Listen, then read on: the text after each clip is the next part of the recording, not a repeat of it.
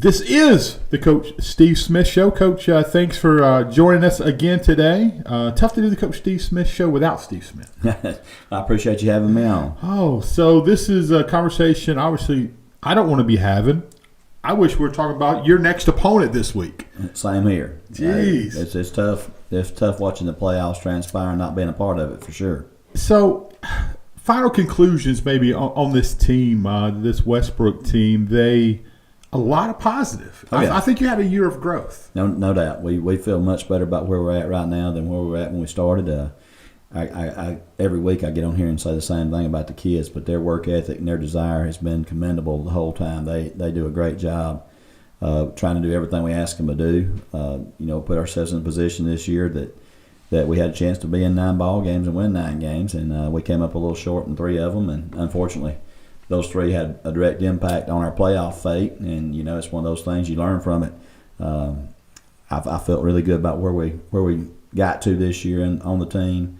Look forward to the future. I know the future's very bright. All the way down through our youth league team, we got some really good players coming, and just excited about what the future holds. But again, it is a bit disappointing to not have been able to do a little bit more, from a coach's perspective of getting your team ready so that we could have been in that playoff hunt.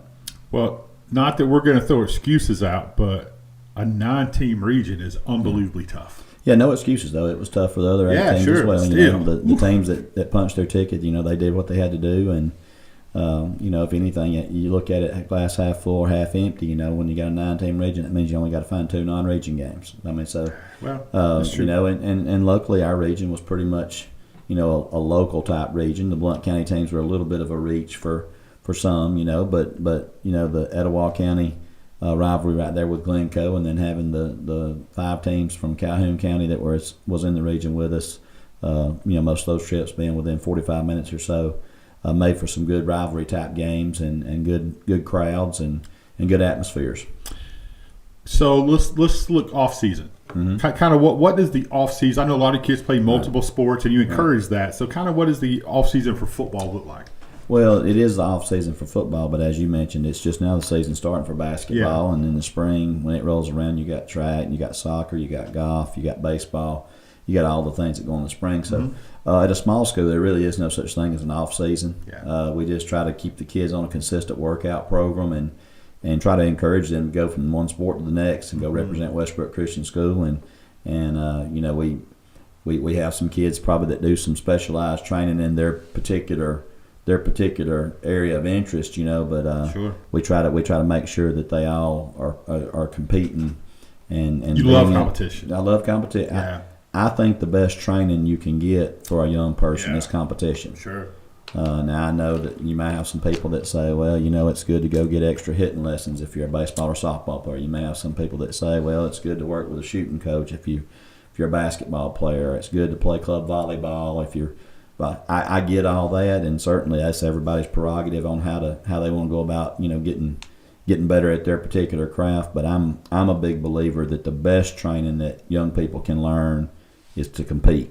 Heck yeah! And so whether it's in the weight room and we're trying to see who can go up more on their maxes, whether it's 40-yard dash and we're trying to see who can outrun who, if it's working agility drills and trying to see who can jump the tallest box or just whatever it might be. I just think competition is what really trains young athletes more so than going out and specializing in a particular area.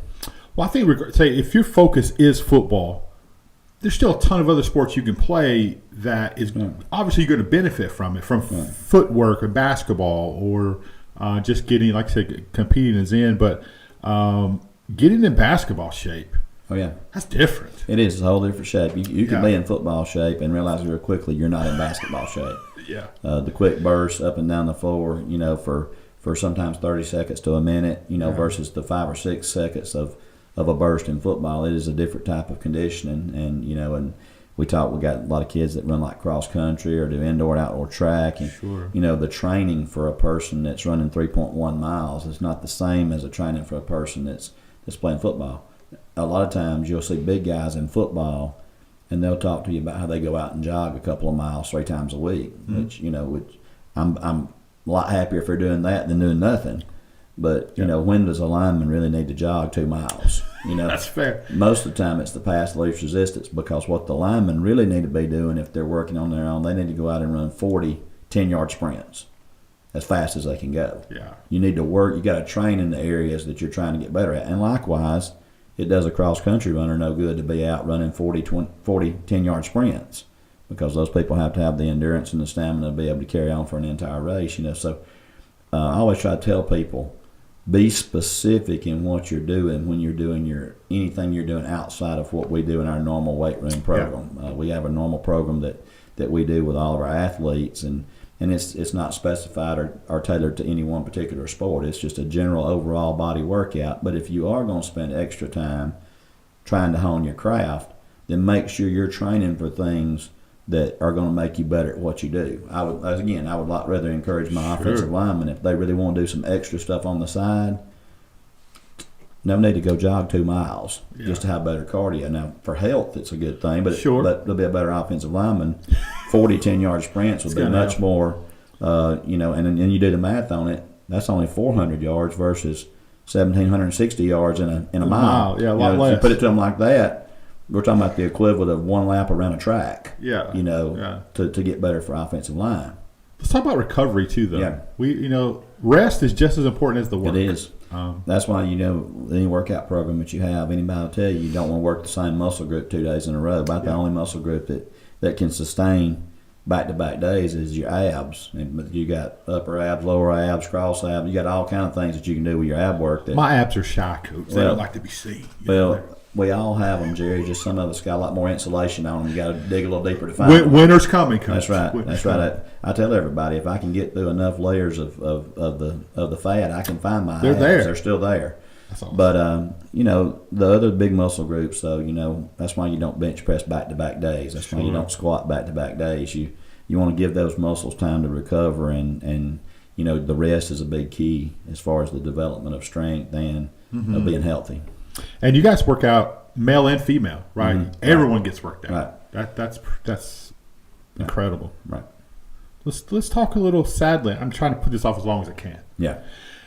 Let's talk second round playoffs, Coach. Yeah. Let's talk. A lot of good games. Let's start in 7A. There's not a bad matchup in these 4 games. Right. Auburn and Thompson may be the highlight of the week. Well, and what the state did, one of the things I commend the state doing, the 7A bracket, you had had one of the 2 regions up north that had kind of been a dominant region. Yeah. One of the 2 regions down south had kind of been a dominant region. And you pretty much knew a Thompson Phoenix City or a Thompson Auburn or a Hoover Phoenix City. You kind of look at it every year and say, well, that's probably going to be the matchup at the end. Sure. And those teams, with just having 4 rounds of playoffs, they would start eliminating teams from the same region in the second round. But they mixed that up this year and shuffled the random draw of everybody in the North. Don't necessarily play. It's possible this year to have 2 teams that are, quote, the North, or 2 teams that are the South playing the championship game for Class 7A. And what it's done, it's created some really, really good matchups here in the second round, and none of them more marquee than the Thompson-Auburn matchup. I mean, I think that's probably the 2 teams that you would expect from the North and the South to be in the finals, and here you are getting that game in the second round at a home field advantage. Is Auburn the host? Is Auburn its host, or is it Thompson? I don't know. It doesn't say in this particular. No, it will be Auburn's the host. Auburn's the host. They're a 1 seed. Yeah, Thompson's a 2. So correct. both of them were at home last week. Mm-hmm. I think that gives Auburn a little bit of an advantage. My pick on that game would be whoever the home team was. And it doesn't get any easier. Baker Enterprise. That's an interesting game because Baker, they won a playoff game last year for the first time in many, many years. Crazy, yeah. And it was a double overtime, I think, versus Hewitt-Trussville, which we know we got a little bit of knowledge of Hewitt-Trussville, mm-hmm. know what kind of program they have, so it was obviously a huge win for Baker. Baker, every year somebody wears that Cinderella shoe, and that may be Baker's turn to be the Cinderella this year. But I know Enterprise and Coach Blackman, I know they'll be very, very prepared. One of the final 8 teams, and Enterprise has a rich tradition as well, so that should be a really good game. I'm partial to this next one, Central Phoenix City and Vestavia. Well, here's the situation. Coach Evans from Vestavia, he had a funny earlier in the year when they were playing Carver Montgomery, and it's talking about Carver had all these guys that were Division I players, and he basically said he had a bunch of guys that were like frat guys, and and I thought it was really fun. I know how he meant it. Some people took it the wrong way, but it's a classic matchup of college prospects all over the board for Central Phoenix City, and a great coach in Patrick Nix, and guys that are going athletically. I promise you, when you go to that game and you watch the two teams get off the bus, you're going to think it's a mismatch. Yeah. The thing about Vestavia and Rob Evans that I know, there will not be a team in the state of Alabama be any more prepared than Vestavia will be. And they had such an impressive first-round win. I think they knocked off, was it Mary Montgomery? They knocked off and beat them pretty soundly. Surprised a lot of people. And Mary Montgomery, has had a lot of momentum over the last 2 years, and they were a region champion, I believe, and Vestavia was a 4 seed that went down there and won that game handily. So Vestavia is kind of in that Baker position. Could Vestavia be that team this year that's the Cinderella story, I would not go against Phoenix City at home just because of the sheer volume of talent that they have and the coaching they have. But it would not surprise me if Vestavia made this a lot better game than most people thought. Yeah, and in this, as far as the point spread goes here from this particular site, Central Phoenix is a 4-point favorite. Well, I think the people that make those point spreads probably realize the secret that's there at Vestavia. Again, I don't think it's a secret anymore. Well, they're physical too. They are, and early in the year there was talk that they might not even make the playoffs. Yeah. I mean, you can be a 4 seed, but if you're a 4 seed there with Trustful and Hoover and Thompson, there's no shame in being a 4 seed in that region. They also, like I said, they had played Carver Montgomery and lost a tough one to them early in the year, and I think a lot of people had kind of written them off midway, thinking, well, they may still be a year away. I think this is Coach Evans' second or third year back at Vestavia. Yeah, that's right. And I know he's building there, and I know they're going to be really good for a while, But I think a lot of people kind of wrote them off mid-season and thought, well, maybe it's another year away, and here they are in the Final 8 in the state's largest classification, going up against one of the big dogs. And lastly, in 7A, Hoover at home against Opelika. Yeah, Hoover. I mean, you saw the controversy that broke this week with Opelika's coach. I mean, I'm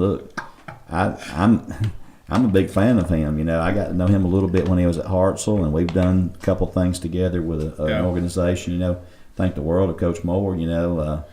Of course, video evidence doesn't lie, and to see him there, I was as shocked as the next person to see him on the sideline with a media pass at the Hoover game last week. But I will say this: Opelika probably has gotten my attention more than anybody this year, just from the mere fact of him coming into that program and taking over as a first-year coach. Opelika, usually one of the smaller 7As in the state. They felt a lot more comfortable when they were 6A than being thrust in the region with Enterprise, Auburn, and Phoenix City. I think their story this year, Carver Montgomery, that was a fifth-place team that got left out of the playoffs. Such a good team. It's a really, really good team. Wow. I think Opelika here in this game really can give Hoover a matchup. And I can't say enough good things about Coach English and what he's done at Hoover this year, the circumstances, the way he got that interim label, and what he's been able to do with that team after the controversy that surrounded him at the beginning of the year. It could have been really easy for that team to break apart. It could have been very easy for Hoover to fall apart, and they did a great job of keeping everything together. And here they are. They're in the Final 8. They're in the quarterfinals of 7A playoffs, just like Hoover expects to be. Opelika, again, I want to say I read somewhere that Opelika is the winningest program in the state without a state championship. Oh, interesting. I think I'm correct on that, but they've got more wins in the history of their school, I believe, than anyone that has never won a state championship. Okay. But Opelika is a perennial power. They made their name in 6A, and here they are in 7A going up with the big boys, and I think that'll be one heck of a game.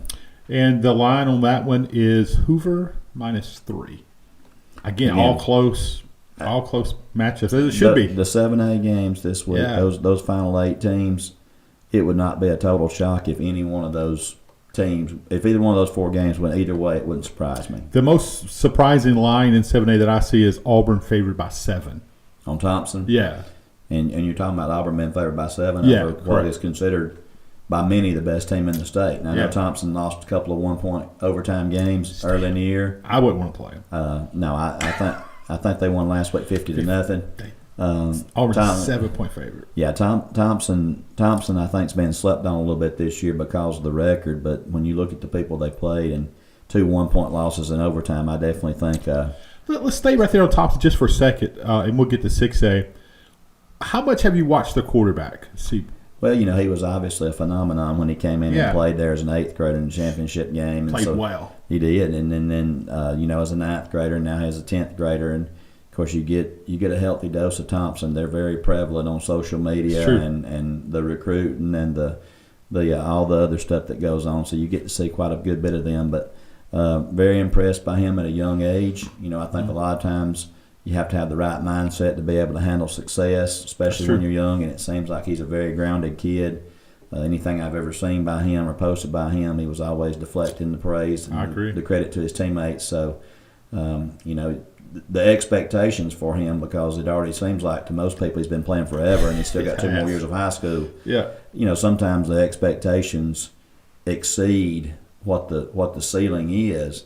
But obviously, because of the reputation of that program and Coach Freeman's reputation to developing quarterbacks and the early success he had, then there's a lot of folks that's going to expect him to be the next Arch Manning or whatever it might be. There's going to be people in the college football world that's going to know his name before he ever gets to a campus. God, they already do. Right. All right, so 6A football, and we're going to start with Clay Chalkville at a very good Muscle Shoals team. Right. Yeah, Clay You were big Chalkville. on Muscle Shoals all year. I was, and Coach Baston, he's an old friend of mine. We had some battles back when he was the coach at Parrish, and I was at Cedar Bluff. And Paul Parrish in the day was. I've been able to follow his career. Got a lot of respect for the type of coach, type person that he is, and what they built at Muscle Shoals. Muscle Shoals had kind of been on some hard times when he went from Parrish to Cordova, and then Cordova was a state championship contending team when he left there, and then he went on to Muscle Shoals, and Muscle Shoals had been down on their luck for a while in that area up there around Deschler and Florence. Muscle Shoals was kind of a forgotten team, and they went in there and instantly became a player in their region and a player in that northwest part of the state of Alabama in Class 6A. And, we saw him early in the year. They took a loss to Gadsden City. I thought it was one of the better games that Coach Smith's bunch played all year long at Gadsden City. That was a huge win when they took down Muscle Shoals. But I wouldn't sleep on Muscle Shoals right here. Muscle Shoals, Clay Chalkville is going to be hard for anybody to match up talent-wise with Clay Chalkville, and I think their first-year coach, Coach Floyd, I believe is his name. I think he's done a really good job, coming in behind Coach Gilmer and continuing on the success at Chalkville. But I definitely think this could be a trap game for Chalkville if they're not careful, because I think Muscle Shoals can match up with them a little better than most people in 6A North can, and I think this could be a really good game. Well, they have 3 legitimate D1 kids on that Muscle Shoals team. Right. I mean, they have some talent. Maybe not as talented, man to man as Clay, but they got some talent for sure. Yeah, I think that'll be one of the better games in 6A. Chalkville's favored by 2. I think that's pretty good. Right on. Homewood, Fort Payne.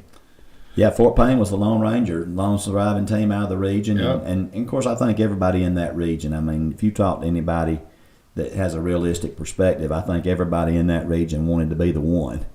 Everybody in that region, they were all playing for the one. I mean, you always want to be the one, but when you looked at the cross this year and how that region was going to cross in the first round, Fort Payne being the number 1 seed, did have the best matchup, albeit against a really, really good Pell City team, and that wound up being a 24-23. It sounded like a great high school football game. All they wanted, yeah. Pell City jumped out 17-0 on, and Fort Payne, came back and won it there in the fourth quarter. But when you looked at the playoff brackets and you knew if you were in that region that your first-round opponent was going to be an Oxford or a Clay Chalkville or a Mountain Brook, it didn't bode well for anybody that was 2, 3, or 4 in that region. Fort Payne, had a big win last week.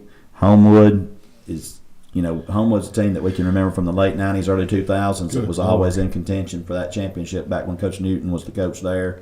Seems like they're getting a little bit of that mojo back. So Homewood, Fort Payne, I think it'll be a big challenge for Fort Payne. But Fort Payne is at home, or is that game at Homewood? It's at Fort Payne. At Fort Payne, so that's a 1 playing a 2. Yeah. I think home field advantage definitely bodes well for Fort Payne. I think that game could go either way. 11-point favorite, the highest so far for Homewood. Yeah. Homewood's an 11-point favorite. Yeah. And that's over a region champion. Yeah. So that kind of speaks a little bit to what the odds makers think of the regions. Now have Oxford hosting Hartsville. Hey, and if this was a baseball matchup, I'd probably give the nod to Hartsville. 100%. But that's saying that with Oxford having a really, really good baseball program. I'm on the Sam Adams train of what's been going on at Oxford. I've always been a big fan of Coach Adams from earliest time I known him to his work that he put in at Hillcrest and now what he's done at Oxford. he withstood some storms there in the beginning at Oxford, some defections and some people that didn't want to do it his way. He stayed the course. Oxford administration and that community stayed behind Coach Adams, and look at what he's done. They're 11-0 now and a region champion in quite possibly the toughest region in the state. I definitely give this the nod to Oxford in this game. Hartsville was a first-year coach, replacing Coach Moore. I think it's Coach Newton, who ironically was his dad was the Coach Newton, was the coach at all those Homewood championship games. That's right. So one of the most well-regarded coordinators in our state, and when he took that job as the head coach, I definitely think Hartsville got a home run higher in replacing Coach Moore with him.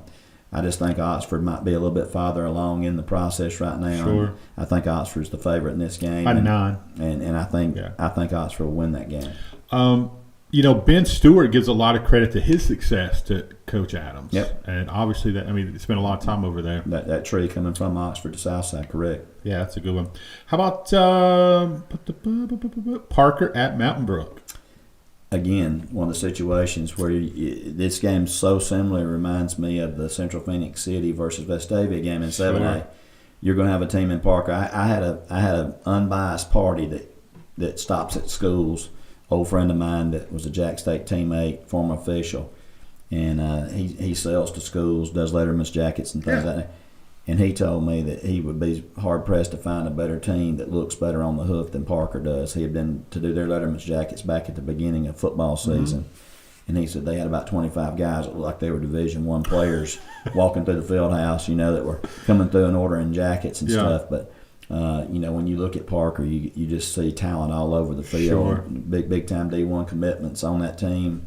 Guys with offers over the next couple of years' classes as well.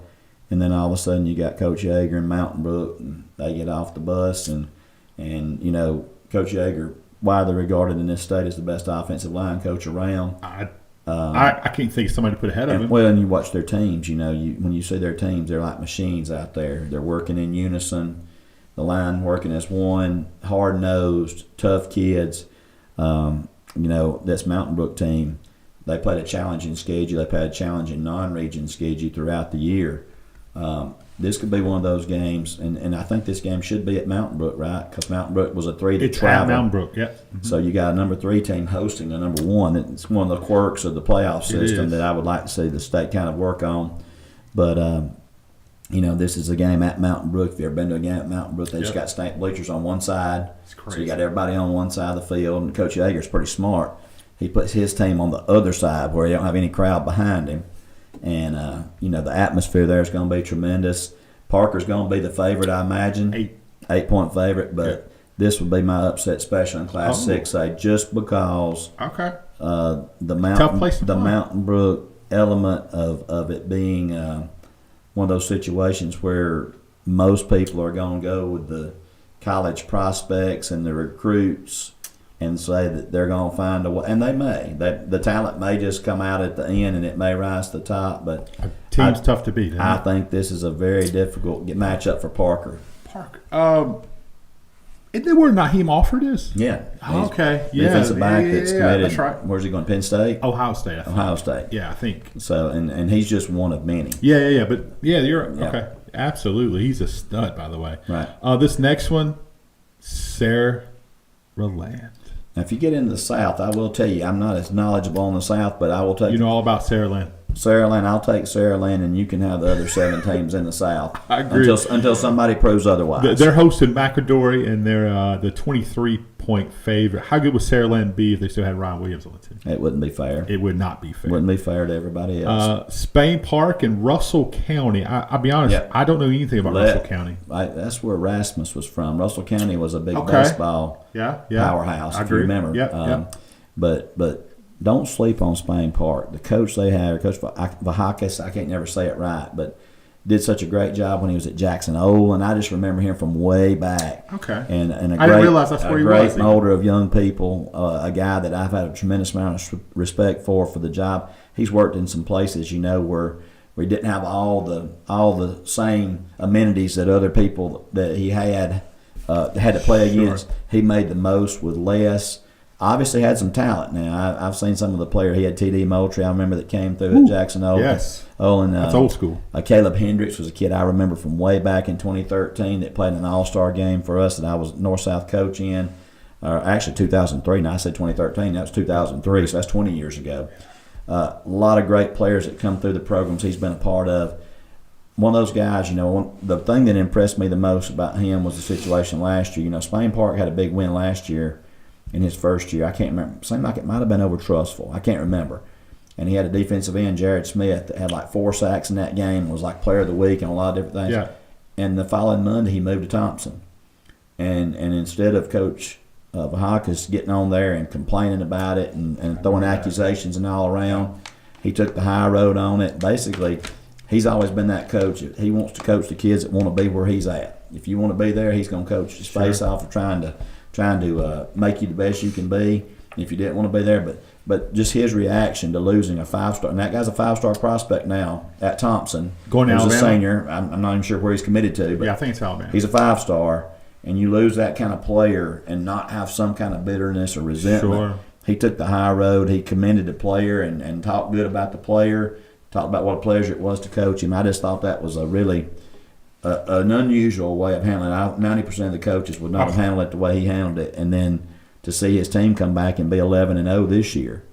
Spain Park is undefeated. They beat Hoover in the matchup, the city matchup right there. Heck yeah, that was a ball game. And so they're 11-0, and I think they're a team that's been slept on in Class 6A. And they're favored by 15 in this game. Interesting side note, I was privileged enough to get to broadcast the very first Spain Park football game against Gadsden High School back then. Okay. And it was Coach Del Lorenzo. Yep. He's known for those vests. Yep. He wore vests before Jamie Grant wore them. Hey, just quick before we continue, thanks to everyone watching. Kerry Arledge, we got George, Cal O'Brien, Derek Hood, Samuel Ray, Trent Thrasher. Sit up straight. Yeah. Trent Thrasher. He's watching. Brittany Parker, thank you. Brittany Brewster Parker. Those hyphenated names, Coach. They get me every time. Let's finish through 6A here, and this is a game that would be very, very interesting to watch. Spanish Fort at Hueytown. Yep. Talk about a home field advantage. Yeah, that's a good trip. That's a good long trip that Spanish Fort's having to make. And, of course, Spanish Fort has the tradition, having won 3 or 4 championships in their first 20 years of existence. And they're always a player that you have to consider as a contender in 6A. Hueytown, I like Coach Patterson at Hueytown. I like what he does. He's a no-nonsense, laid-back guy. I've been on a couple of committees with him, and I think he does a wonderful job of coaching the kids that he has there at Hueytown. And I think Hueytown probably is an underdog in a home game here. By 5. But again, one of those games that definitely could go either way, with a break. You get a game like that when you're the underdog at home against a team that's thought of like Spanish Fort is. One break, one slip up in the kicking game, an onside kick surprise, anything like that kind of tilted in favor. It wouldn't surprise me if Hueytown won the game. I just know Hueytown's one of those places. You cross the railroad tracks there, you're in Hueytown. That's right. Right, and those are the kids. Those are Hueytown kids. Right. St. Paul's Pike Road. Again, It's at St. Paul. I would make St. Paul's the favorite in this game. I don't know what the odds make. 7 point St. Paul's. Yeah. I would say St. Paul's would probably be the favorite, if nothing else, because of the home team and good long haul from Montgomery down to Mobile for the Pike Road guys. Pike Road been in a little bit of turnover. I think Granger Shook's the coach at Pike Road now. I think he's he's in his second year maybe at Pike Road, and maybe the third coach in the last 4 years. Pike Road was one of those places, man, it came out of nowhere. It did. What, in the last 8 years, 10 years maybe? I knew nothing about it. And it was a new school, and it just exploded from a 2A to a 3A. I remember in 19 watching them play on film as a 3A versus Mobile Christian. Oh, yeah. That was a ball game, too. They played Mobile Christian in the playoffs in 19. They were a 3A, and then they jumped straight to 5. I don't think they ever were 4, and then now they're 6, So Pike Road is a growing area. Like I said, third coach in the last 4 years. Coach Shook has a great reputation coming from Trinity there in Montgomery, and is a wonderful football coach. Great program that was. But I would have to make St. Paul. St. Paul's had to be my pick in that game. Hey, before we get 5A and below, let's thank you for a second for our sponsors here. We're going to start with the right mayor, Joe Taylor, the city of Rainbow City. Then we're going to go to, who's next? Absolute respiratory care. Having conversations with Carrie over there, again, I didn't realize that if you need CPAP machines, those kind of things for sleep apnea, that's the go-to place. I didn't know. So I'm glad to get to know those guys. And, hey, if you need to sleep, ask your wife if you need a CPAP. She'll tell you. How about Choice Fabricators? David Chadwick, man, there's very few people that's just more cares about the community than that guy. Agreed. He is just fantastic. Always smiling. Yep. Grass King. He ain't busy. It's raining, so give them a call. They will hook you up.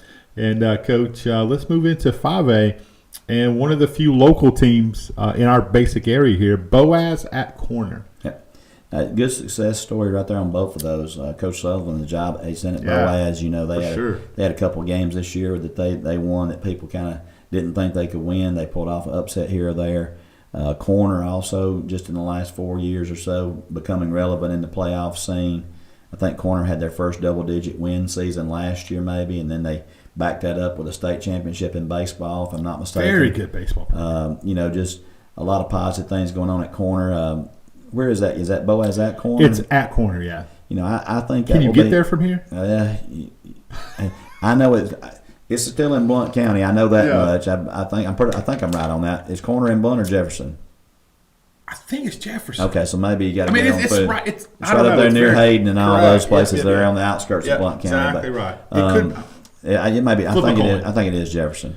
Yeah. But I'm gonna stick my neck out there and go with my buddy Sully. I'm gonna go with Boaz. 12-point favorite in this game. I think But Boaz. They got some people paying attention. They do, and got a couple of the coaches' kids. I think Coach Sullivan's son's a tight end for him, a really good player. And, I like a lot of those guys on that staff. I think Boaz got a good chance to win that one on the road. And this next game is the biggest point spread we've seen so far, and that's going to be Catholic Montgomery at Central. That's in the South. I would think until somebody beats Catholic, they're probably the favorite in 5A South. I'll agree. That's 30-point favorite. Yeah. You talk about billboard material if you're Central now. Hey, look at this. No one's believing in you. And Central now, it's kind of been a whipping dog for people for the last few years, and they've done a remarkable job this year. They had a couple of big wins. They beat UMS. That's right. So they had some big wins. Had some things where they got some publicity there throughout the year that kind of made me kind of perk up and look at Central now, what they got going on. But, they've got a team that's obviously – being built, and I know they're probably excited about being in the second round of the playoffs. No doubt. Next, Central Clay and Williamson. Boy, does Danny Horn and them have to go to Mobile, or is that no, they host. Central Clay, again, another one of those teams that I'm going to take them until somebody proves me wrong, just because of knowing Coach Horn and his mentality and his philosophy. Williamson's going to obviously be loaded with players. I think that's the home school of Jamarcus Russell, if I remember right. It is. But I think them making that trek from Mobile all the way up to Clay County is going to be a difficult bus ride up and a more difficult ride home. 11-point favorite. Probably a little closer than I would have thought in the point spread. I would have probably gave just the Danny Horn factor is good for 7. I agree with you on that. Next is Fairview and Leeds. That's be a tight game. 3-point favorite is Fairview.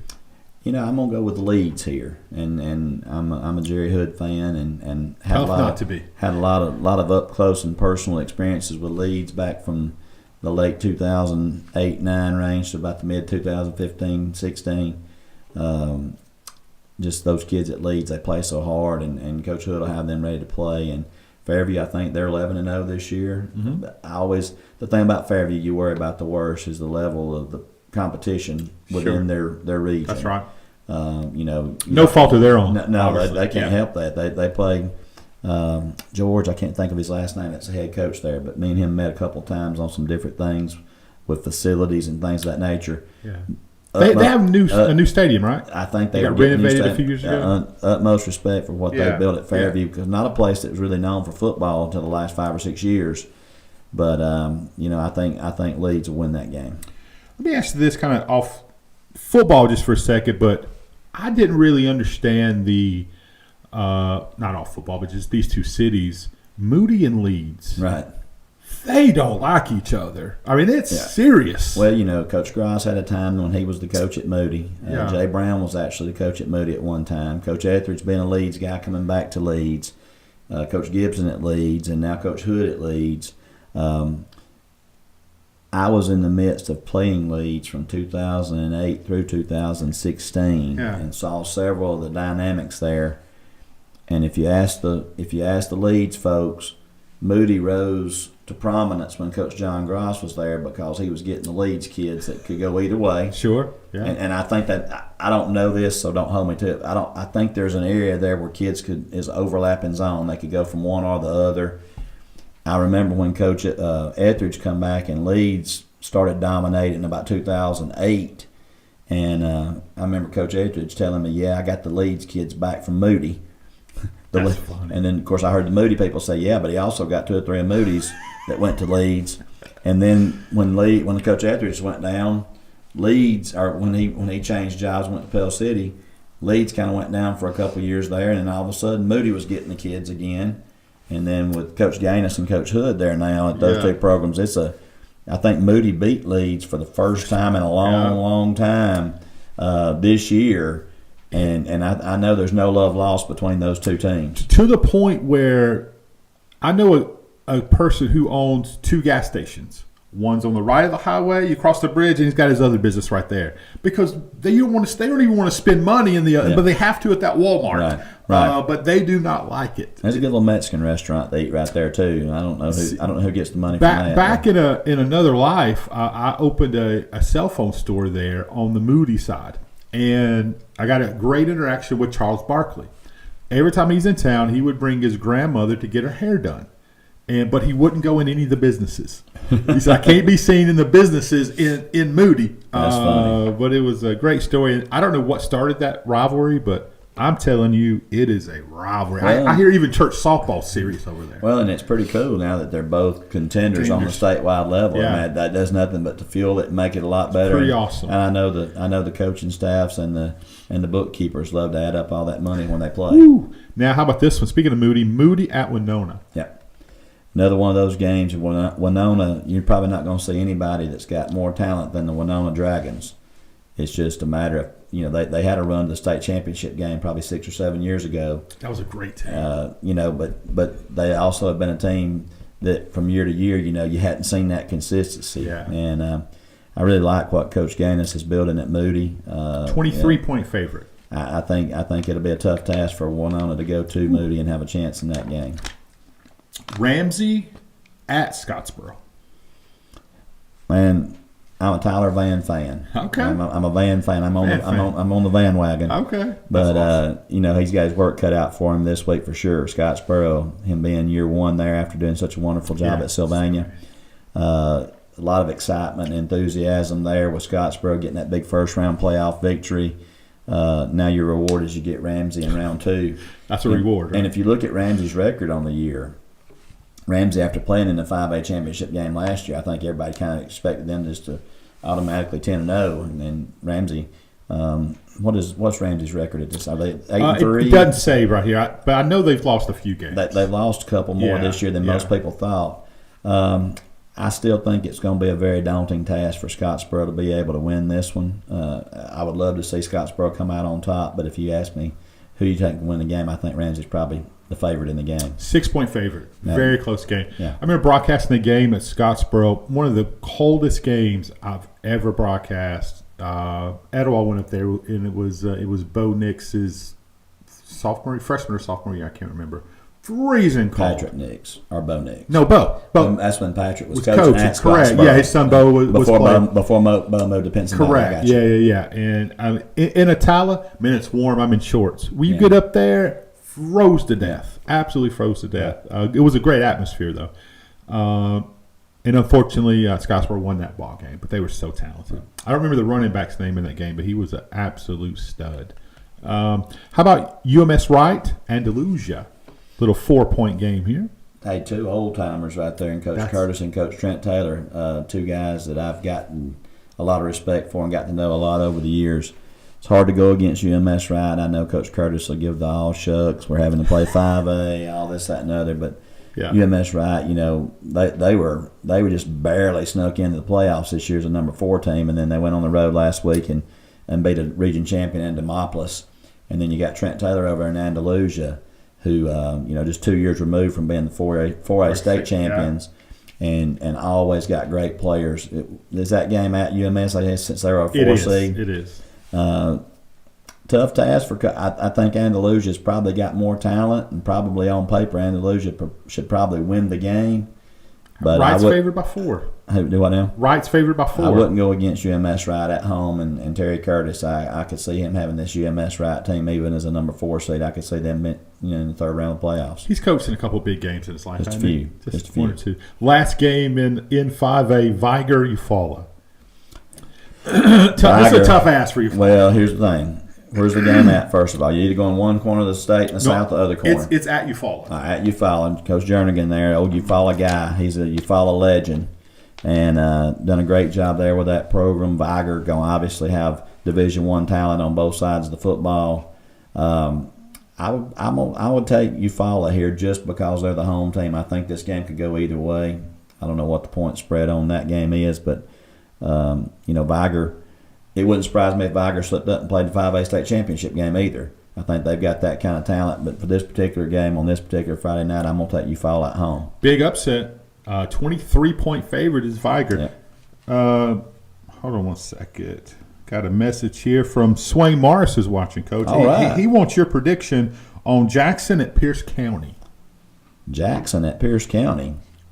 Yeah, he's coaching in Pierce County. I know he is, but Jackson's not playing them. You talking about Jackson in Alabama? No. Oh, Jackson. Yeah. Is that Jackson County, Coach? It's Jackson County, I think. Okay. Yeah. I'm taking Pierce County. I'm gonna ride the Ryan Herring's Swain Morris bandwagon right there. Those guys have done a wonderful job over there. I'm not very adept at knowing the Georgia landscape. So when you say Jackson, I'm thinking Jackson here in 4A in Alabama. No. I'm off there. Even if they are playing Jackson, Alabama, I'm taking Pierce County. Pierce County is loaded, and I got to watch their state championship game last year. What a fun game. That was a fun game to watch, and like I said, knowing Coach Harry and Coach Morris from way back, love to see those guys from Alabama over there doing good in Georgia. They, I think Swain aged 10 years in that game. That defense, probably. Yeah, that's tough. Let's get down to a little 4A football, getting a little closer to home here. And I think this could be a little better game than a lot of people would think. Anniston's at home against Good Hope. Yep.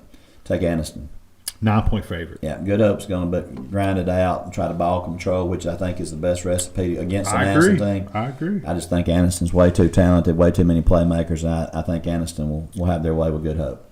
Brooks, Alexandria. And there's no good way to get up to Brooks. No, and it's one of those things. I think what Coach Yen has done this year at Alexandria is remarkable. They had a little bit of a down year last year, and I heard him say we're not going to be down for long, and they got a lot of confidence this year, and they got a big first round. Yen's got confidence. Yep, and they go to North Jackson and get a big upset there. Mm-hmm. Of course, it's one of those situations. You go as a 4 and you upset, and all of a sudden the 3 happened to upset the 2 on the other side, so as a 4, you usually think if you beat a 1, you get the second round at home. Here he is having to go to a team in Brooks that also pulled an upset in the first round. And Alexandria Brooks, here's the thing about them. Somebody's going to be wearing orange and black. That's true. And then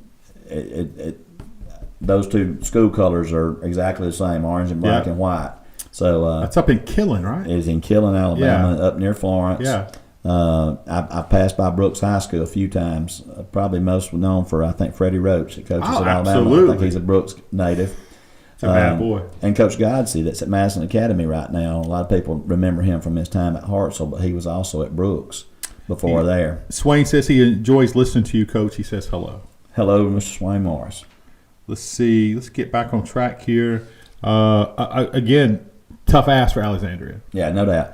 I think I would probably take Brooks in this game just as the home team. I think if the game was in Alexandria, I'd take Alexandria. I think those 2 evenly matched teams, both of which had upset wins in the first round of the playoffs. And, again, love what Coach has done there at Alexandria.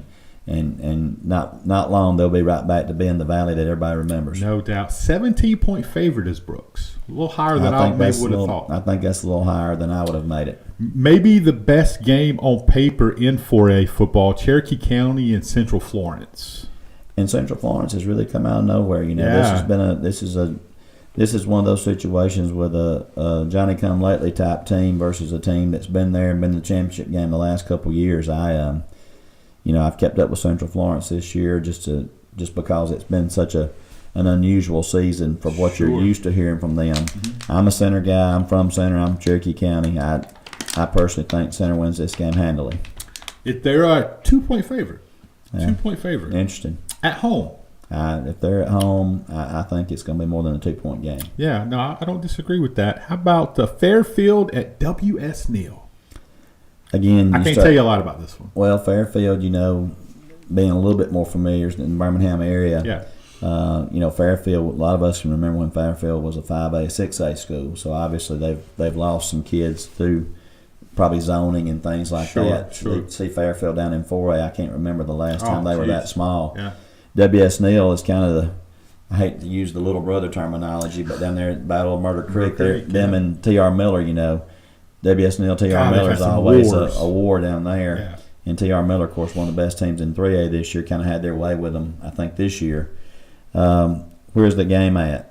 Somebody's got to make a long trip. It's at W.S. Neal. I would probably think W.S. Neal would be a slight favorite just because of the trip. But again, Fairfield by 7. So, again, Fairfield probably going to put the more athletic team on the field, W.S. Neal having the home field advantage. Jackson, Bibb County. It's a 23-point. Don't go against Jackson. Never. 4A South, it'd be hard for me to pick anybody against Jackson. Pleasant Grove hosting St. Michael. I'm a fan of St. Michael. Interesting story here with Philip Rivers there at St. Michael, and his son had some big wins this year. His son, one of his 400 sons, is playing quarterback. I say that tongue in cheek, but he's got a lot of kids. He's got they only have 9 boys or 7 boys or something. Something like it's a lot. It's a bunch of them. I think this is the oldest one right here. He can afford them. Yeah, and not often you got a Hall of Fame, NFL Hall of Fame guy walking your sidelines, and I would imagine St. Michael's being kind of a team that was a relative unknown, hiring Philip Rivers. I think it would probably be safe to say there's probably some kids in that Mobile area that want to flock to go play for Philip Rivers. And that school, it's not been around that long, right? They've only been playing football probably 5, 6, 7 years, I believe. I think they're under 10 years as far as being a school, I read. So that hire, a lot of people kind of look crossways when they hired a guy with no coaching experience. But when you look at Coach, the son of a coach, Coach Steve Rivers, having a legendary career in the northern part of the state, Philip getting down there on the beach, having all those boys, he's got virtually a football team of his own, and then it's a tough ask though. Lot of talent in that Florida Panhandle, Mobile, Southwest Mississippi area or Southeast Mississippi area. I imagine there's a lot of people that. Is St. Michael in Fairhope? I'm not exactly sure where it is. I just know it's down there on the beach, and I'm pretty sure it's Catholic. It is Catholic. I imagine there's been an influx of Catholics in that area. Sure. No question. And you're picking whom in that game? I'm going to take St. Michael. Okay, 15-point underdog. I'm going to take them by virtue of them having a win versus UMS Wright. I'm with you. I'm not going against your coach. You know what you're doing.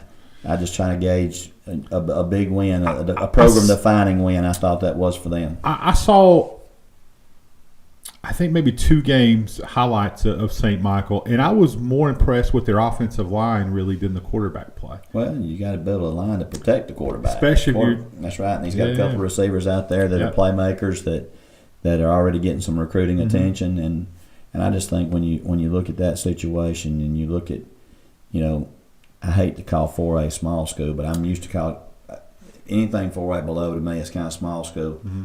When you can have the pass concepts that they have at that level, and you a lot of times in 4A and below you don't see a lot of different coverages and things of that nature. You can kind of dictate what the defense lines up in, and I think St. Michael and the momentum they've got rolling right now is going to carry them to a second round win. It's a great story. Tallahassee and Ashford. Tallahassee, I would be if I went against Tallahassee, Coach Brad Lowe would hate me. I think he's a Tallahassee native. He's our defensive. I didn't realize that. Yep. So I'm 9-point favorite. I'm gonna go with Tallahassee. Tallahasee's had some tradition there over the years that it seems like they brought that back this year, and they've been very competitive. I think they probably play Montgomery Catholic the best game anybody played Catholic all year long. I'm gonna say it was a couple touchdown game, early in the year. So I'm taking Tallahassee there. How about West Morgan, Madison Academy? 8-point game. Listen, Madison Academy made me eat my words last week. I really thought that Hopes Bluff would beat them. Coach Godsey and his team came out and kind of dominated that game. It looked like I was keeping up with it through the scores and stuff, and it seemed like they got off to a fast start, and Hopes Bluff just wasn't able to catch up. Madison Academy's got Mississippi State commitment right there at middle linebacker. Really, a really good player. He's a dog. But he's also, one of the best coaches in this state, Bob Godsey, as far as having his team ready to play. So I wouldn't count Madison Academy out in this game, and I know it makes me look bad to pick against them for a second week in a row, but I got to believe that the season ends here for Madison Academy, and if I'm wrong, I'll have to be back next week and we'll talk about it again. Now let's get something that you're very familiar with, 3A football. You have a little bit of knowledge of 3A football. Just been around a long time. Yeah, that's what it is. How about Alabama Christian and Bayside Academy? I played Bayside Academy one time, Oh. and I really have a lot of respect. They're not playing with the Division I talent that a lot of schools down that area have. They get the most out of their kids and think a lot about the program that they have there. I've watched Alabama Christian a couple times on film. They played Sachs a couple years, game one, and so got to keep up with them a little bit through what they were doing. I think this is one of those games that I probably would lean toward whoever the home team is. Alabama Christian, yeah. I would probably pick Alabama Christian again. 4-point favorite. I think it's an even matchup. Those 4 points could be dictated by the home Bo field. Arthur, he's watching. Dwayne Ball. Yep. I've been waiting all week to talk about this game. Okay. Gordo at 5. Hey, I know your feelings on Gordo, Coach. Listen, and I say this all in good faith. Absolutely, you do. You got your Notre Dame cap on it there. You've heard me often say Gordo is the Notre Dame of high school football. Every year, everybody picks Gordo, and they're going to be a top 3, top 4 team. Yeah. Only to usually sputter out somewhere in. And Gus Smith, the head coach at Gordo, got to know him back when he was defensive coordinator at Mobile Christian in 2019. He is in one of the gold mine jobs in the state of Alabama as far as 3A football. Gordo is always going to have athletes. They're always going to have big D linemen. They're always going to have skill guys. If you go to 5 Friday night and you watch them get off the bus, you're going to think 5 has no chance. Yeah. I would not pick against 5 if you held a gun to my head. Yeah.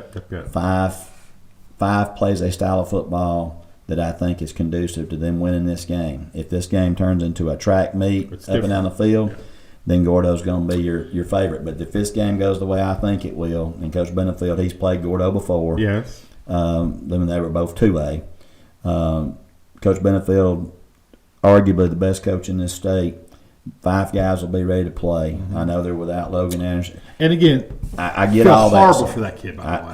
I do. I get all the things, and I'm sure if you talked to Coach Benefit, if you picked up the phone and called him this morning, you would get, we don't have Anderson, we don't have this. It would be woe is me. We don't have a Very chance. Coach Rob. Yeah, there you go. But do not pick against 5 in this game. I think, again, if this game turns into a game of just one-on-one matchups, then Gordo would probably be your favorite. Yeah. But in an 11-on-11 game of tackle football, physical tackle football, where going to the ground and hitting people hard is what the main objective is, give me 5 all day. 12-point favorite is 5. Yeah. And again, we just brushed on it. Logan Anderson, what he is as a football player, he's even a better kid. Yeah, you read some of those stories and how he handles things with his younger sibling, his younger brother, and just gut-wrenching to see Logan go through that for the second time in his career. But I also understand that because of that same work ethic, he'll be back, he'll be stronger than ever, and look forward to following him and seeing him have a big career at Clemson. Going to do it for sure. Mars Hill at Geraldine. Yep. This is a game I would consider going to. Yeah, revenge factor there. Mars Hill, Geraldine kind of got him last year, and a lot of people didn't think that would happen. They got him at Geraldine last year. They jumped out on him and then held on. I think it was like a 17-7 game or something like that. My feelings on Michael Davis. I think he's one of the bright upcoming coaches in this state.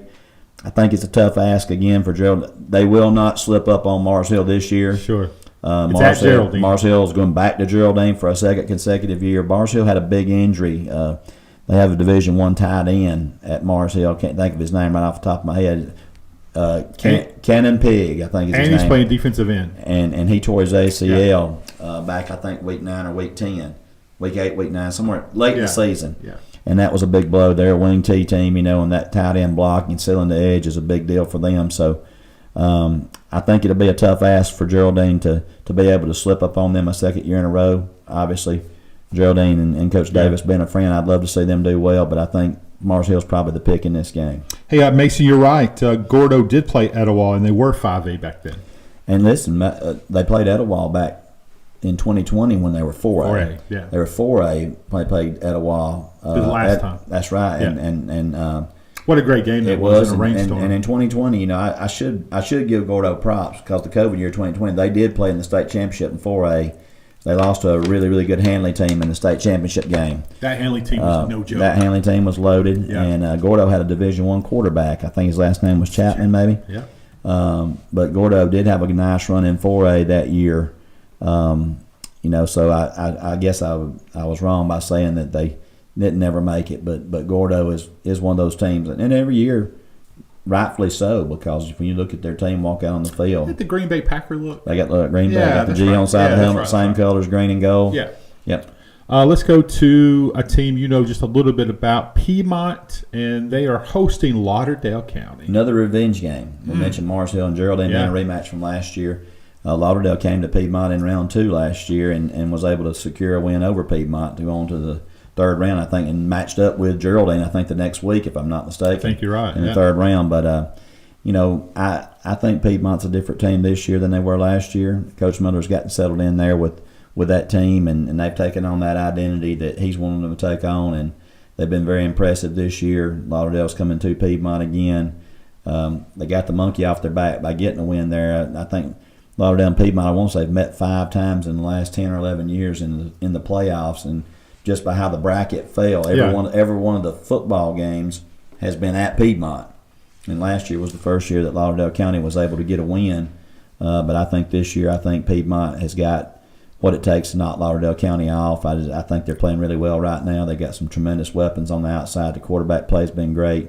Defense at Piedmont very underrated. Not anybody that's just a name out there that just wows you. And a lot of guys, I looked on the field last week at Piedmont's game, and there was nobody with a bigger number on the field on defense than 42. And they're all flying around with the ball, and I think they're very underrated on the defensive side. Well, I was impressed with Piedmont. I saw a couple of their games this year. Very good special teams. Yep. Very good special teams. Yeah. They're a 3-point favorite at home. I think Piedmont will cover that. This is the closest and the only. This is a pick'em game. Pick'em game. Southside Selma at Montgomery Academy. Pick'em. Montgomery Academy got a little bit of experience that played them. It's kind of, you've been around a long time when there's teams that are from way off. You can remember playing them. Yeah. Montgomery Academy, very well coached, very disciplined team. Southside Selma is a little bit of a mystery team to me, but they have a receiver there that's a big-time D1 guy. Yes. I think he's committed to Auburn, maybe. I'm not sure. Committed. Well, Where's he committed to? I think Ole Miss. Okay, maybe Ole Miss. Yeah. But a big-time player there at receiver. He's put up unbelievable numbers. They got out of that first round. That first round kind of been a hurdle for them the last few years, but they're out of the first round. Again, I think Montgomery Academy it'll be the classic, extremely disciplined, methodical team versus the explosive, big play opportunities that Southside Selma will have. If Southside Selma wins this game, that receiver probably has 8 catches for 250 yards and 4 touchdowns. Yeah. If it's a 17-14 game, I'm gonna go with Montgomery Academy. While you're talking about the next game, I'm gonna look that up to be sure I'm right because I'm questioning myself now. Yeah. I may be thinking about the wrong kid. I know that the receiver in this state, with all the passing offenses you have at like at Saraland and Thompson and Phoenix City and play, Southside Selma's receiver made the Alabama-Mississippi All-Star game. That's impressive. And if you're one of the top 4 or 5 receivers to make that game in this state with the types of passing offenses, for a 3A receiver to be on that team as a wide receiver, he's pretty dang good. So Teddy Helms said Piedmont was the fastest D that he saw all year. I think he's right. I think Teddy's right on that just because they just, again, no one particular player on their defense stands out, but the 11 guys rallying to the ball, it's like you're playing against 15. We played them this year, and that's why I told them, I said, it's like there's 15 of them out there because they're all getting the ball so fast. All right, so I'm going to let you talk about this game while I try to look up this. It's going to bother me if I don't look this kid up, but T.R. Miller at Trinity. Not a whole lot to talk about. You better look up in a hurry because Coach Hubbard at T.R. Miller, made his name at Maplesville. winning several 1A Class 1A championships at Maplesville. Trinity, just in the second year of a new coach there after their coach departed to go to Pike Road. I think T.R. Miller is the team to beat in 3A, not just in the South, but I think it's T.R. Miller is the favorite in Class 3A this year. Impressive win over UMS. I keep talking about an impressive win over UMS Wright. UMS was third or fourth in their own region. Then they lost out of region games to St. Michael and T.R. Miller, some people that from a smaller classification. T.R. Miller, Coach Hubbard, the track record he's got as a coach and being able to develop talent, and then T.R. Miller, the tradition in Brewton, Alabama, is matched by very few in the small school ranks in this state. A lot of tradition to come through Brewton, and it seems like he's got everybody back on the same page. And I think that's going to be a very, very difficult game for Trinity. I think T.R. Miller probably wins favored that by game. 2 touchdowns. I say they win it hand. So we were talking about Jared Smith earlier. He has committed to Auburn. From Thompson, and Derek Smith, the wide receiver you're talking about, it was down to Ole Miss and Auburn, and he committed to Auburn. So the receiver at Selma is correct. Going to Auburn as well. He is going to Auburn as well. So he's 6'1", 190, and he runs a high 4.3. Yeah, like I said, that'll win in any class. That's that kid is incredible. Yep. Incredible. All right, let's move on. And again, tough road for it's at Trinity, but still. Yeah. How about Thomasville and Houston Academy? Listen, Thomasville, I got to see them up close and personal playing them in baseball here at Westbrook Christian in the state championship series. Yeah. And Thomasville's baseball team looked like a bunch of football players out there playing baseball. But they could do it. But they were really good baseball players. They had a lot of skill. They hit the ball really well. But a lot of speed. We could see that evidence on the base pass, and a lot of those guys that were on that baseball team, now their top couple pitchers, I think, were both seniors. One was a quarterback, one was a nose tackle, and they were really, really good. But I think they were seniors. But Thomasville has such a tradition in football. You get down to that area, Thomasville, Sweetwater, Leroy, Jackson, and one of them's usually 1A, one's 2A, one's 3A, one's 4A, and then they would all play each other in non-region games, and they would all beat each other. You didn't always just assume Jackson would beat Sweetwater or that Thomasville would necessarily beat Leroy, and they could all just beat each other. But such a hotbed of talent and just hard. A honey hole. Well, it's hard-nosed. Yeah.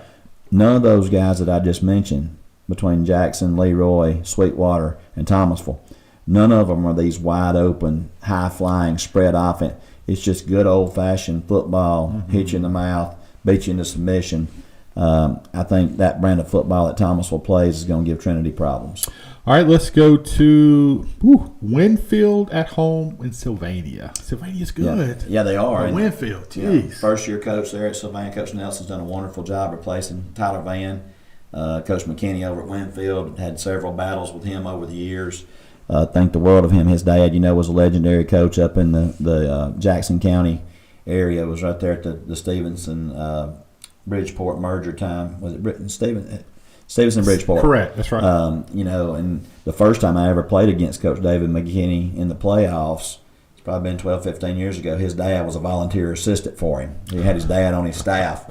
And, that reminds me of Lane Kiffin and Monty Kiffin. Yeah, it was so cool. It's kind of like what's going on with Kane Womack and Dave Womack now at Alabama, but had his dad on his staff. And his dad, of course, his dad was telling me before the game that they were too soft and he needed to make them tougher and just things that you'd normally hear from your dad. And meant it. And he meant it. But, the job he's done at Winfield, Winfield has had a really good run the last few years. I think they're undefeated this year, if I'm not mistaken, and they beat Gordo to basically win that region championship and come out of that as the number 1 seed. I remember them coming down a few years ago and playing Hoax Bluff and just knock down, drag them.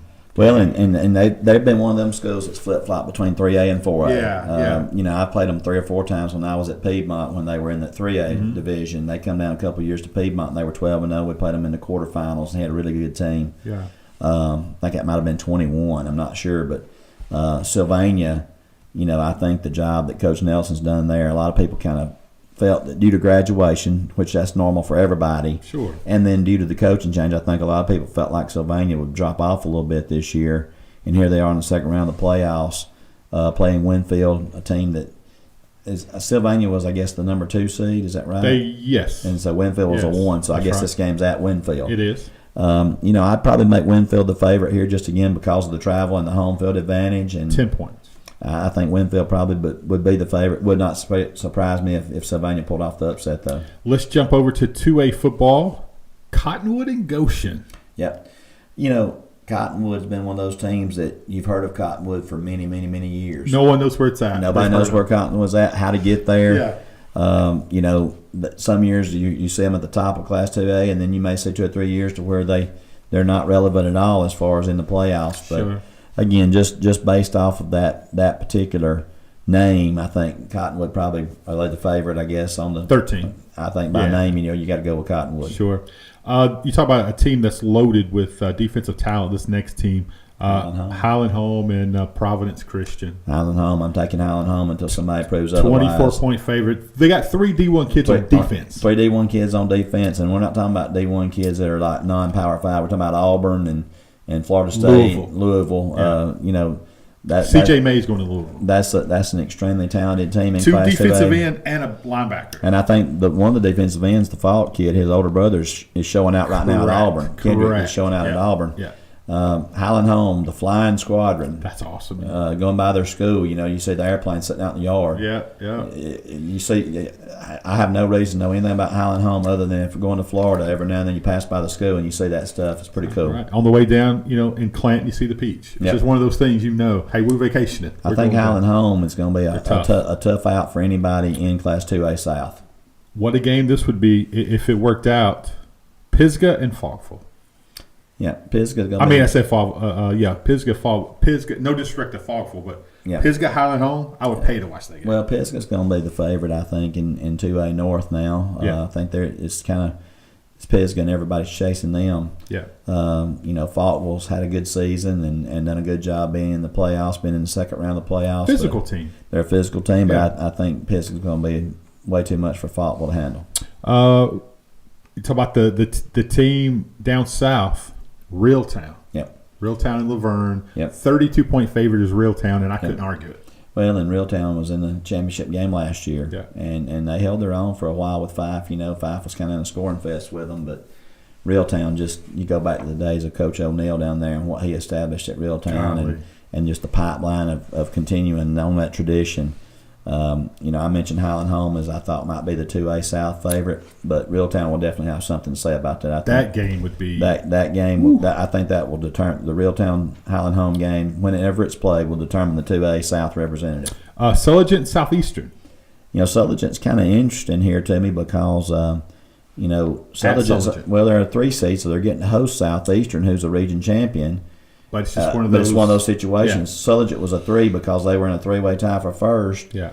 They beat the team that wound up being the 1, but then the 2 beat them head to head. So that's why there's a 3. It's weird. After seeing Tuscaloosa Academy and the team that they brought up here to Gadsden 3 or 4 weeks ago, it took a really good team to beat Tuscaloosa Academy for Sulligent to have that win under their belt in overtime. You got to believe that Sulligent's got a really good team, and you kind of this is one of those games where you overlook that little 3 out beside their name, because it would not surprise me. I saw Southeastern on film this year. Week 0, they opened up with Glencoe. We played Glencoe the next week, and what Coach Bird's been able to do there at Southeastern has been remarkable. A school that was not even on the football map 10 years ago, really, and what they've been able to accomplish. But I think this is going to be a very tough game for Southeastern. I would probably say Sulligent would be the winner of this game. 7-point favorite. And having to go to Sulligent, like I said, the deceiving thing right there for the naked eye, right, is looking at the 3 beside Sulligent's 9. They're really a 1 in my opinion. Well, but you look at a couple games Sulligent lost, you're like, how they lose those games? Yeah. But then they beat Tuscaloosa, Academy like that, which is the next game. Yeah. Tuscaloosa Academy's coming back this way, going to Susan Moore. Yeah. I think Tuscaloosa Academy is the favorite in that game. I was proud to see Susan Moore get a first-round victory right there and advance in the playoffs. Had a little experience playing against Susan Moore over the years, and just a lot of respect. Coach Patterson, scoreboard there. Well, Coach Patterson being a legend there, I think the world of him, one of the all-time greats in our state.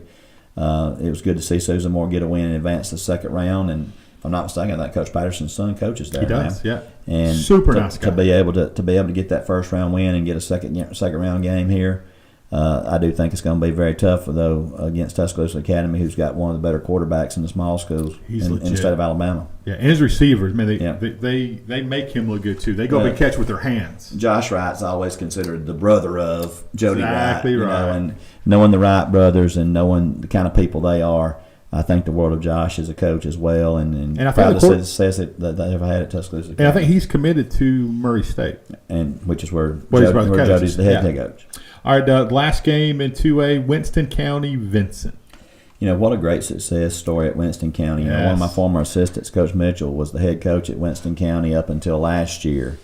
And he was head coach there for 6 years and did a good job of kind of bringing that program back to relevance. They were an old 60s and 70s powerhouse in the state of Alabama, you know.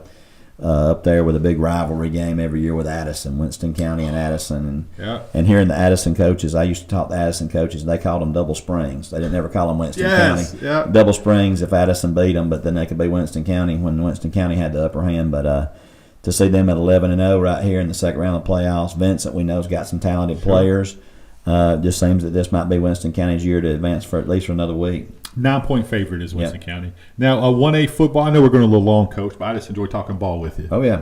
Hey, I'm glad that somebody's actually watching. I know from both of us is in we got some. Sure. We're glad that there's some sponsors there, but I think it's pretty cool that we got some people watching. Absolutely, almost 3,000 watched last show. Okay. Just on Facebook, not to mention what was on YouTube. Good deal.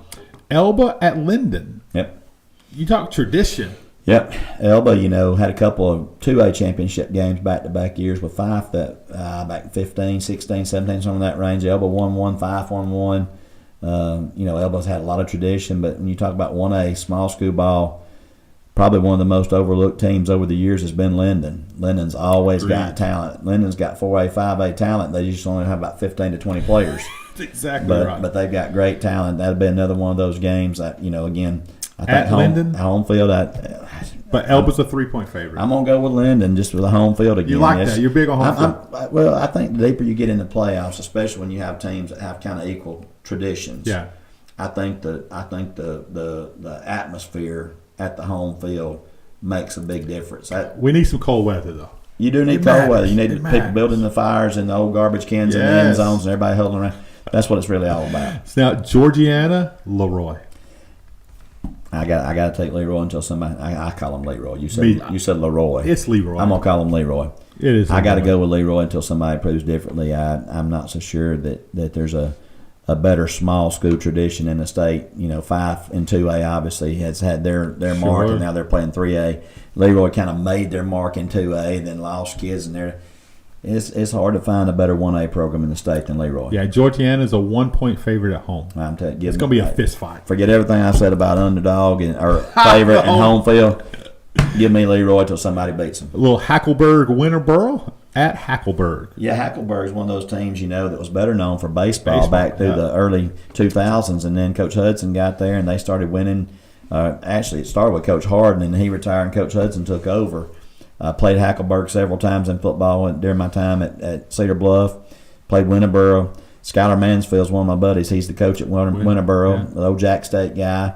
And Winterboro benefited a little bit after classifications come out.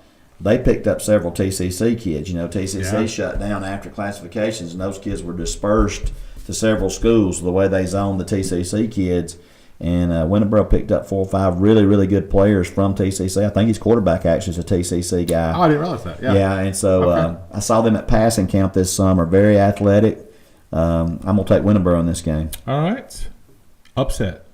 Picking the upset. So you mean to tell me they're not the favorite? Hackleburg's 14-point favorite. At Winterboro? Or is it no, it's at Hackleburg.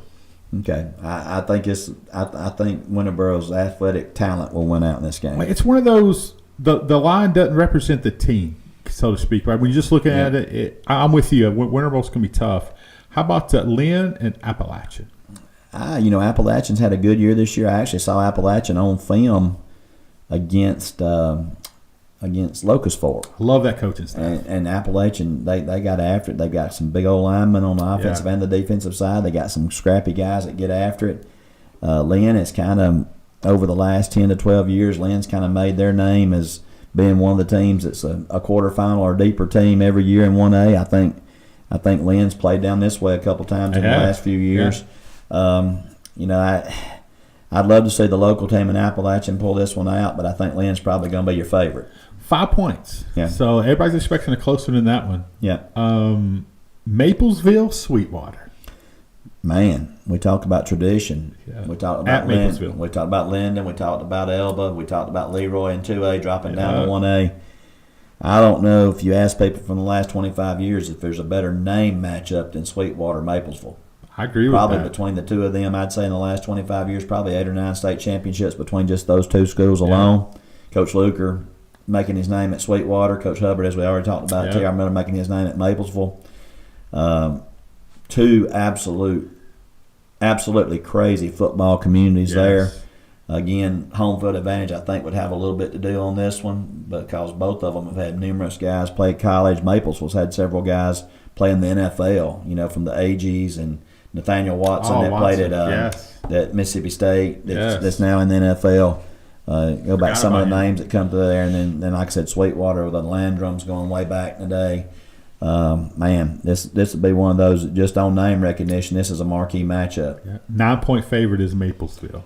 A little more than I would have probably put. I think this will probably be a field goal game either way. Coach Thompson that's now at Sweetwater, he's a friend of mine as well, and he's cut from that old Sweetwater cloth, and the old Sweetwater cloth. It wouldn't surprise me if this game. It wouldn't surprise me if this game went even overtime. I'll stick my neck really out on a limb. Heck yeah! How about Millery and McKenzie? I know nothing about McKenzie, to be honest with you. Not a whole lot. Just again, McKenzie and Millery, neither one of them really known as football powerhouses over the years, but both of them have made their name here the last few. In South Alabama, you can have a really good team, and usually you're really good until you hit Leroy, Sweetwater, or Maplesville. That's exactly right. Landon. So, those two are probably the two most unknown names in 1A South, but obviously they're very good teams to be playing here in the second round. But I'd probably, I don't know, between Millery and McKenzie, I'd probably take Millery. 6-point favorite. And we got Barry of Fayette coming to Spring Garden. Hey, I'm going to go with the Garden, man. Old Piedmont guy, Barrett Ragsdale. He graduated the year before I got to Piedmont, but then he helped as a volunteer, was a member of our staff on our 2009 state championship team. One of the class acts in all of coaching. I love Barrett Ragsdale, and just talked to him a little bit yesterday, just kind of filling him out what he thought. Of course, Barry has had a high-scoring, explosive offensive-type team over the last 10, 12 years. Barry went from being a relative unknown to a player in 1A North, but I'm gonna roll with Spring Garden on this one. They say go Garden go is their thing, but it's worth the price of admission to go to the concession stand and get the ribeye steak sandwich. And you know me, I'm a concession stand connoisseur. You are. And I've been afforded very few opportunities to go to a game at Spring Garden that I wasn't on the sideline coaching at Cedar Bluff. But Coach Ricky Austin, the last time I was over, he made sure I got a ribeye steak sandwich. So that's what they're known for at the concession stand. But the brand of football that those guys have played over the last 10, 12 years with Coach Howard and now Coach Ragsdale. Spring Garden 11-0 and in my opinion just as good as anybody in 1A North. It's a rowdy crowd. It is. It really is. It's a great environment. And if you'd have went to Spring Garden 25 years ago and talked about football, people would thought you was crazy. They would 25 years ago, if you was into the third week of November, they won't know who was playing basketball. Exactly right. And just the job. And rightfully so. Yeah, and great tradition there in basketball. But, the job that Coach Ragsdale has continued on after Coach Howard's retirement and the fact that they're at 11 wins and counting, like I said, I think they have a great chance to represent the North in Class 1A. 4-point favorite. Yep. 4-point favorite. I'm taking Spring Garden. Last game of the show. How about Wadley and Meek? Talk about names that. If there is a team that might be favored in 1A North over Spring Garden, it would be Wadley. 26-point favorite. I think they handle Meek easily this week. I don't know when the Wadley Spring Garden matchup will be, but I think that'll be the game to watch in Class 1A North. I don't have the bracket in front of me. Yeah. So, but Wadley, I think they've got a Wilkes kid at running back that everybody talks about. It's in the 10th grade. Is really special. That Wilkes name is legendary. It is. I would imagine there's some Zacharys on the team or some cousins of Zacharys. You can bet money on it. I played at Wadley one time, and I had to play against Terrell Zachary and Terrence Wilkes, and I think if we'd have played defense with 15 that night, it wouldn't help, because if you doubled Zachary, they pitched it the other way to Wilkes. If you loaded up in the box, they threw one-on-ones to Zachary. Of course, he had a great career at Auburn. A lot of talent that's come through Wadley, Alabama over the years, and I think Wadley and Spring Garden on a collision course in 1A North. Well, Coach, thank you so much for spending this much time with me. Hey, next week, good news. It's only half the teams to talk about. Yeah. Thank you so much. Anything in parting before we get out of here? What game are you going to watch? Are you going to watch a game? I'll probably wind up at Piedmont.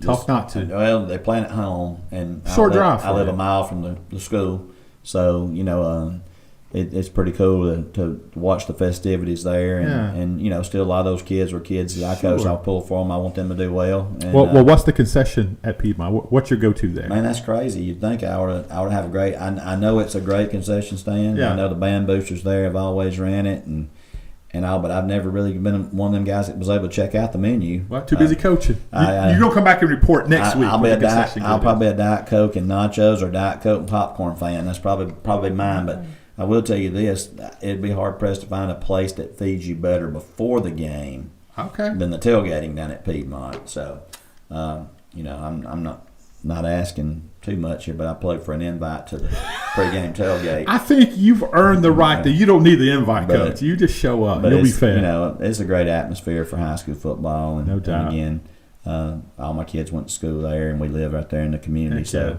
probably just be the easiest place to go to a game. Although if travel was unlimited, I'd just go anywhere I wanted to. It'd be hard to sit out the Fife Gordo game. Woo! That would be a game that I think a lot of people in this general vicinity will probably flock to Sand Mountain to watch Fife and Gordo. I think that could be a fun game to go to. I'm from Center. The appeal to go up there and watch the old high school is always there, but I for one don't think that'll be as much of a game as the Lions makers. I think Center will handle Central Florence, but that's just my opinion. Well, I'm excited to talk about how your picks looked and what this breaks down. And I'm very interested in the Auburn-Thompson game. I'm just so curious about that one. But, Coach, thank you so much. Thanks to our sponsors. And